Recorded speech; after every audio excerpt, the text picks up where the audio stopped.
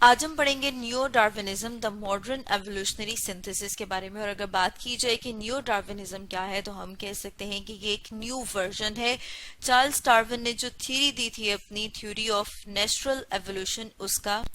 अब अगर हम बात करें theory of evolution by natural selection की तो उसमें डार्विन के अकॉर्डिंग जो नेचर में बेस्ट सूटेड इन्वायरमेंट है वो क्या है, वो सरवाइव करते हैं, वो अपने जैसे ऑफस्प्रिंग को प्रोड्यूस करते हैं, नेचर उनको सिलेक्ट करती है। इसलिए इस थ्योरी का नाम जो था वो नेचुरल सिलेक्शन था।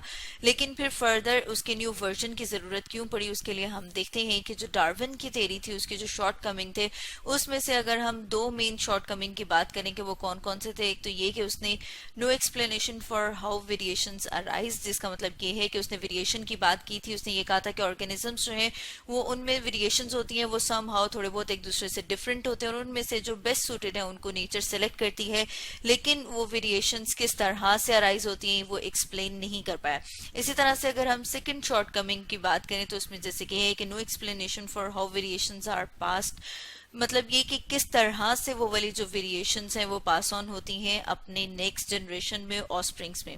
तो उसके लिए जो फर्दर हम देखते हैं कि इस चीज को एक्सप्लेन करने के लिए डार्विन के कॉन्सेप्ट के साथ एक और कॉन्सेप्ट को ज्वाइन किया गया था। वो किसका था, वो था एक और साइंटिस्ट जिसकी बात की जाए कि उसका नाम क्या था, ग्रीगर मेंडल। और उसने जो लॉ दिए थे उसने क्या कहा जाता है, उन्हें कहा जाता है लॉ ऑफ मेंडेलियन जेनेटिक्स।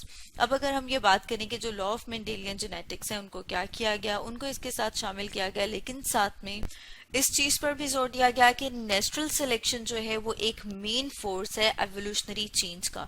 अगर हम एवोल्यूशन की बात करें तो एवोल्यूशन क्या है, जिसमें हम कहते हैं डिसेंट विद मॉडिफिकेशन, के टाइम के साथ साथ ऑर्गेनिजम्स जो है उनमें चेंज आता है।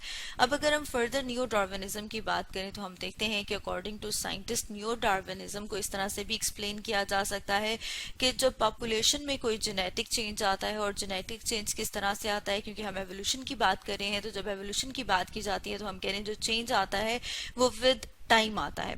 और जब उनमें चेंज आता है तो जो मॉडर्न ऑर्गेनिजम्स है, मतलब ये कि जो ऑर्गेनिजम्स आज हमें देखने में नजर आते हैं वो डिफरेंट होते हैं अपने उन वाले ऑर्गेनिज्म से जिनसे वो अराइज हुए हैं, जिनको हम कहते हैं उनके एंसेस्टर्स या वो क्या है डिसेंडेंट्स ऑफ द अर्लियर्स, मतलब ये कि जिनसे वो अराइज हुए हैं उनसे वो डिफरेंट हैं।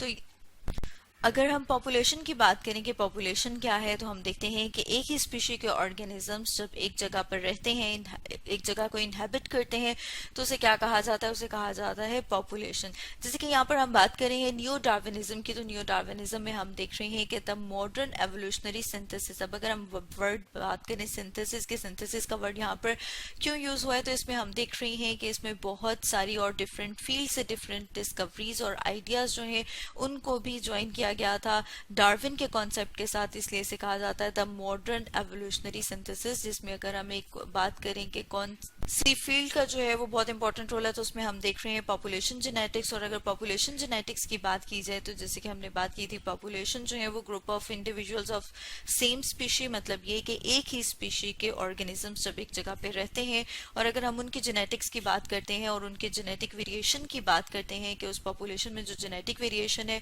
उसको हम किस में स्टडी करते हैं, उसको स्टडी करते हैं पॉपुलेशन जेनेटिक्स।